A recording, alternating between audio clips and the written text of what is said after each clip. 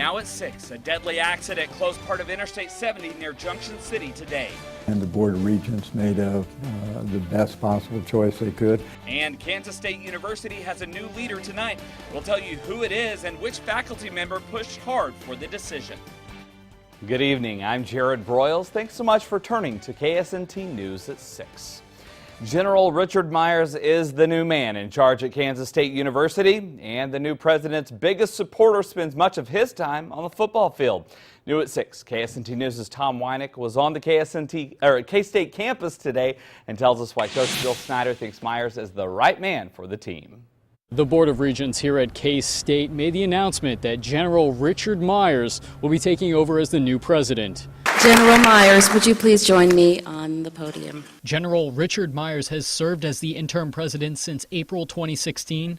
And I really tried to encourage him to be a candidate for this job, to take the job. It's my absolute honor to introduce to you the 14th president of Kansas State University, General Richard B. Myers. But the new president is used to being at K-State even before being an Air Force general. So the opportunity to come back to a state I love and that has helped shape me was important. And the same goes for the university. Myers graduated from K-State in 1965. He still sees the same traditions today that he saw back then. All these groups of folks that take off whatever hat they wear in their silo, faculty, staff, student, and they put on their K-State hat, and they think, what's best for Kansas State University? He understands the values and the nature and the people of Kansas State, of the community of Manhattan, of the state of Kansas. But General Myers says he couldn't have done it without the support of his wife. It's just like every other endeavor in life, I think it takes the whole family to be supportive and do that. And here's my support.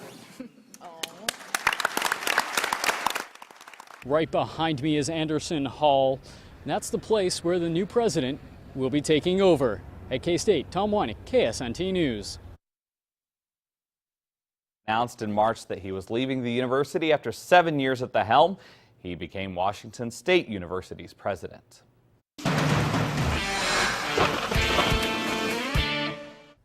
Seeing temperatures today once again climb up into most areas the 70s, but back down to 58 at Manhattan, 59 for Marysville, Junction City at 60, and upper 50s around Topeka as well. One of the reasons why temperatures will again cool off very quickly, there's not much breeze out there at all. Very light to calm conditions, and the sky is clear. And those two combine for rapid temperature drops this time of year, and we'll see that again through the evening hours and by tomorrow morning down in the low 40s. A few spots will hit the upper 30s. Very little breeze tonight and early tomorrow. But we are tracking the return to strong southerly winds when you can expect the cold front to arrive. A look at that coming up. A Manhattan developer will serve little more than 2.5 years behind bars for having sex with a high school student. A Riley County District Judge sentenced Zach Burton this morning. He was arrested earlier this summer in the case involving a female student at Riley County High School. Burton was an assistant basketball coach and substitute teacher for the school district until May. A deadly accident near Junction City closed part of Interstate 70 today. The accident happened just before 11 this morning near the Grandview Plaza exit in Geary County. Troopers on the scene say a woman and child were killed. The KHP says a truck headed east crossed the median for an unknown reason and ran into a car headed west. The names of those involved in the accident haven't been released. Investigators are working to figure out the cause of a fire in central Topeka. Just before 11 last night, neighbors noticed smoke and flames coming from the back of a house near Southwest Plass and Munson. That's not far from Topeka Bible Church. The homeowner was able to get out, but a cat died in the fire. Crews quickly put the flames out.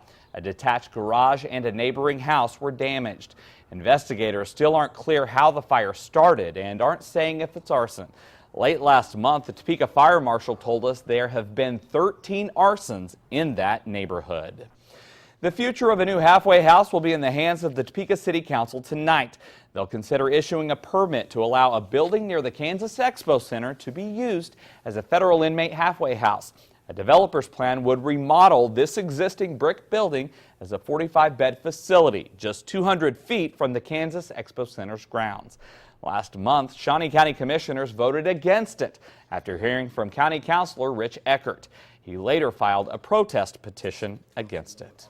Stormont Vail Health is partnering with the University of Kansas Hospital to expand its radiation oncology services in Topeka. The two hospitals made the announcement today. Starting next year, radiation oncologists from the KU Cancer Center will provide care at Stormont Vail's Cotton O'Neill Cancer Center in Topeka.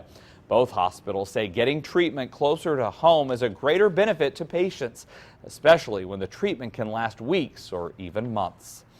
A state basically agency. A pickup truck that flies, but it gets them to places and cracks and crevices and sees things in different color. That state agency is going to new heights to keep you safe on the road. Tonight on KSNT News at 10, see how KDOT is using the new high-flying device to check out the Kansas bridges you drive over every day. The Kansas Lottery unveiled its first new draw game in several years this morning in Topeka. Lottery officials were on hand at a local Dillon store to announce the Lucky for Life game. The first 100 people in line at today's announcement, they got a free ticket each. The top prize is $1,000 a day for life. Second prize is $25,000 a year for life. Winners can also choose a one-time cash payment. Tickets are $2 each and drawings are held on Mondays and Thursdays. Numbers can be picked on your own or at random by a computer. It's National Collection Week for an annual global project. Coming up, we'll hear from a volunteer whose family has been bringing smiles to the faces of children at Christmas for years.